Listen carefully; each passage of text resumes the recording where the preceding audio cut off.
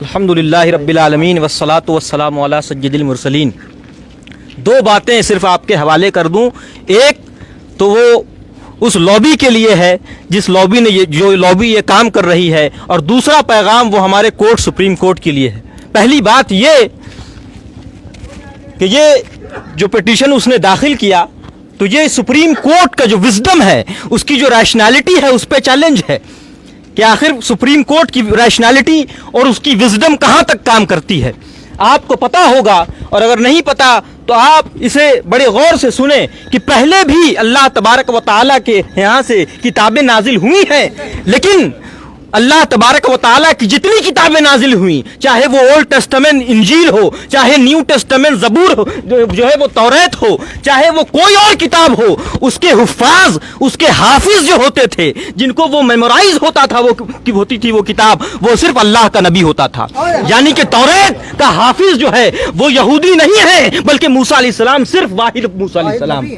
اور اسی طرح انجیل کے حافظ، نیو ٹیسٹمنٹ کے حافظ وہ عیسائی نہیں ہیں، صرف اور صرف عیسیٰ علیہ السلام ہے۔ لیکن اس قرآن کو یہ اعجاز اللہ نے دیا ہے کہ وہ میرا رب جانتا تھا کہ وہی کام جو انجیل کے ساتھ کیا گیا، وہی کام جو زبور کے ساتھ کیا گیا، ایسی لابی آئیں گی جو یہی کام قرآن کے ساتھ کرنے کی کوشش کریں گی۔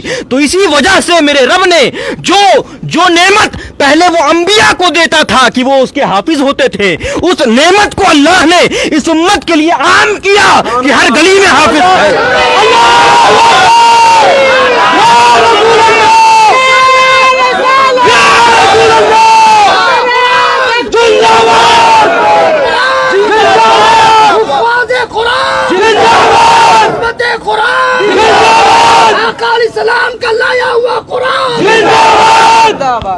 تو اس قرآن کے حافظ صرف ہمارے نبی نہیں ہے، ہمارے ہر گلی کا بچہ حافظ ہے، ہمارے ہر شہر میں حافظ ہے، ہمارے گھر گھر میں حافظ ہے۔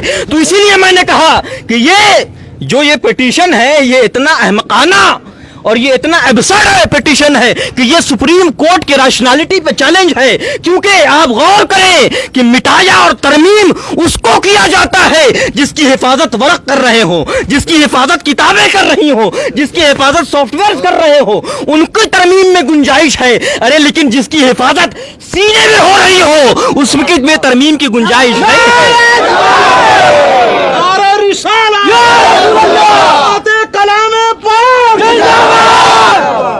ہمارے قرآن کا محافظ یہ اوراق نہیں ہے کہ آپ اگر ان اوراق کو جلا دو گے تو اس قرآن میں آپ ترمیم کر لو گے، نہیں۔ اگر آپ ساری دنیا کی لائبریریز اور مدارس کو بھی جلا دو تب بھی یہ قرآن اس سینے میں زندہ رہے گا۔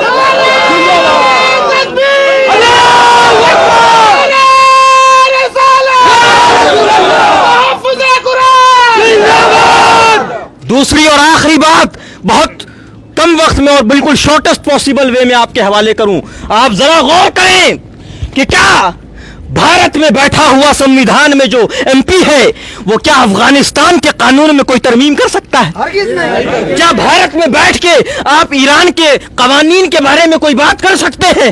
کیا ہندوستان میں بیٹھ کے آپ لبنان میں بنائے ہوئے قانون کے بارے میں کوئی گفتگو کر سکتے ہیں؟ کیا بھارت کا سپریم کورٹ پاکستان میں بنے ہوئے کسی قانون کے بارے میں کوئی کمنٹ کر سکتا ہے؟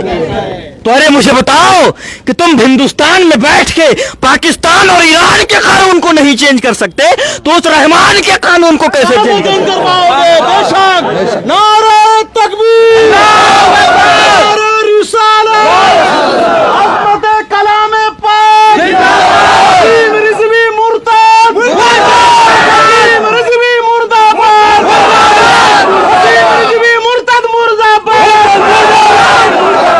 حسین رضوی ملعون مرداباد،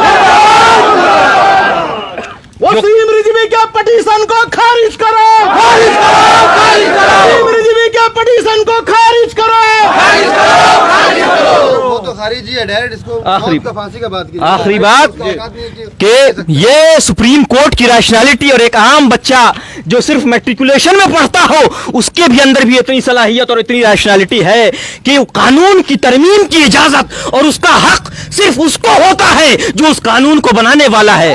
بھارت کی قانون میں ترمیم کب ہوتا ہے؟